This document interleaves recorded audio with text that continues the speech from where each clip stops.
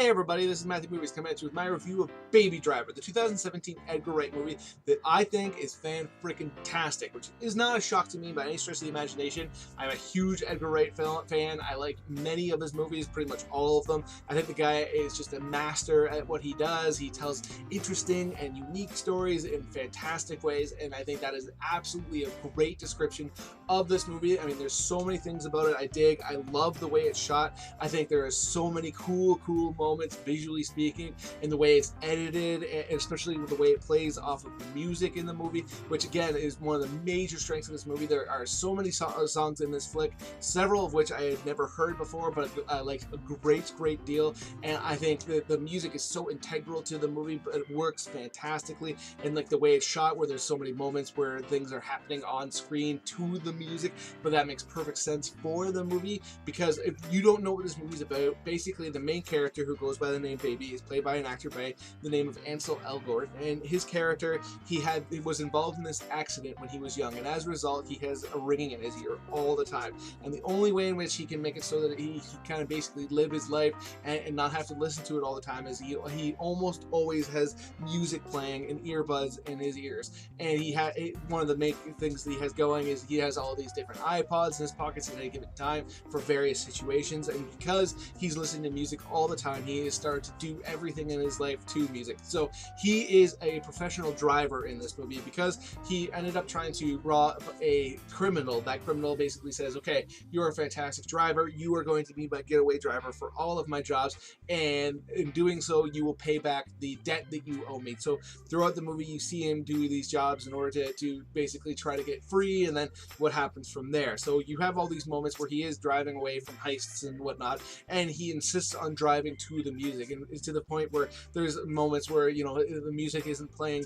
correctly or it hasn't started yet, and he refuses to drive away until he can start getting the music to the moment where he needs to start driving, and all the people in the car are freaking out, but he insists on it, and that's the way he exists. But once he gets going, I mean, he is the perfect getaway driver, and it's just fantastic. All the chase sequences are fantastic. It's just so good and cool, and the way they shoot it is great because you can see his mental process. Like, for instance, there'll be all these moments where he's driving and you'll see him kind of look to the side and scoping out his next move, and because you see what he's thinking, you know what's about to happen, so you have this kind of very brief moment of anticipation, and then once it happens, it's awesome. I thought all of that was just fantastically well done, and then, you know, the way his character is written is great. The way they introduce this love interest into the movie that he comes to care about, and I thought she was very well written and a very well delivered performance, and I thought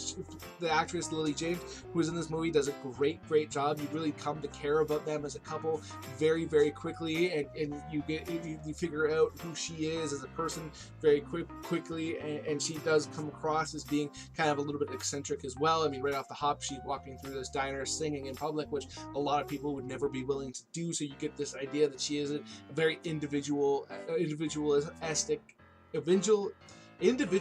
person. I swear I can speak.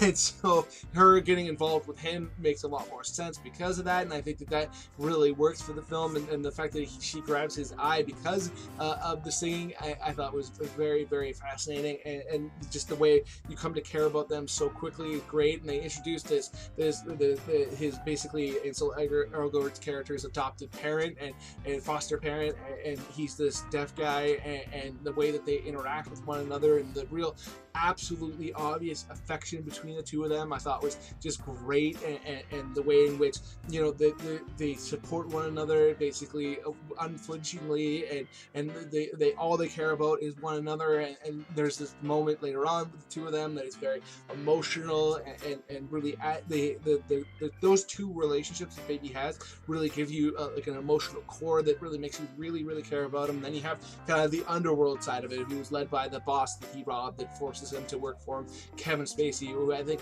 does a great job in this movie as well. And I love the way that character is written, where he is a very nuanced character, where he has this relationship with Baby where, you know, he forces him into this for fear that he will kill those that he cares about, but there is also a legitimate affection between the two of them as well, and they speak about it, and at first you're not sure if they're just kind of putting up this this face of caring for one another in order to keep their relationship going. But then as the film progresses, you realize that, you know, it is actually more than that. So I thought all that was very, very well done, and Kevin Spacey, like always, does a great job. And he has all these moments where basically he's explaining to his various workers how the job's gonna go about, and the way the very calculated way in which he explains it is great, and it leads to one of the best scenes in the film, I should say, where again Baby has the earpods in, so a character thinks that he's not listening, so Kevin Spacey basically is like, "Baby, do you got that?" And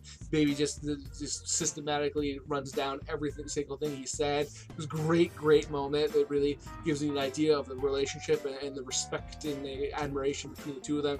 It's great, and they introduced Jamie Foxx as one of the criminals, and he is one of the only ones that takes part in more than one heist, and he's kind of like the loose cannon, the spark plug of the group, the guy that, you know, should be feared, and he basically implies fairly early on that most of the people he works with don't necessarily live to tell the tale, and you can very much get that. I would personally say that Jamie Foxx's portrayal of the character is a little bit weak in some regards. I felt like his character was a little bit put on, and I think he was a little bit crazy for the role, and the character is written to be a loose cannon or whatever, but it feels like it should have been portrayed in a little bit more kind of controlled rage, and it's a little showy for me, but it's also he's you know, he's solid. He's just unremarkable. I mean, the performance to me, the type of character that I would have liked him to be is more akin to the performance that John Hamm gives in this movie, where but more so. And I feel like it's a little bit more cartoonish.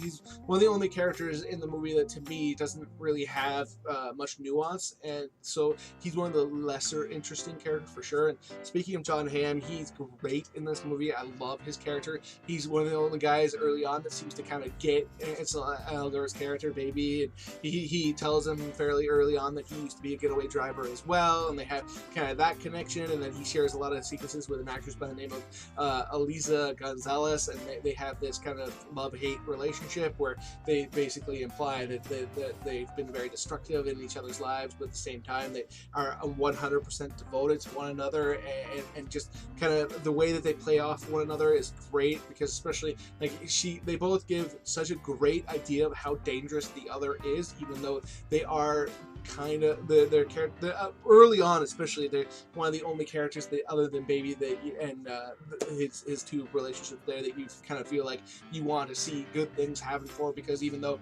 you know, they're doing these awful things, they absolutely seem to actually care about Baby and respect him and treat him like a member of the team. So you like them, and then to see how their characters kind of progress, and they do say kind of early on as well, like she says that, you know, you don't want to see Buddy, which is John Hamm's character's name, when he gets angry, and he refers to Darling as being dangerous as well. So you do get the idea that there's more than meets the eye there, but the way that they kind of play off one another, I think, is great, and they're two of my favorite characters as well. And John Barenthal shows up fairly early on, who, I mean, he's an actor who I've absolutely adored in a number of things, and when I saw him, I was like, ha! I wish he was in this movie more. He doesn't have a whole heck of a lot to do, but he's always awesome to see, and so because I like him so much, the character stuck with me, and I was absolutely hoping that he would pop back up, but unfortunately that does not happen. Maybe if they ever make a sequel, which probably they won't, but if they ever did, I would love to see more of his character for sure. And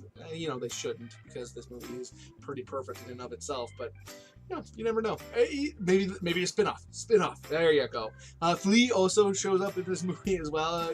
He plays a very over-the-top character, which I know you're going to be shocked that Flea plays an over-the-top character, but you know, he's very entertaining whenever he's on the film, which again should not come as a surprise to anybody, because he's such an interesting person in real life. And I thought he played the character as written to perfection, and you know, just was a very, very well regarded addition to the film for me.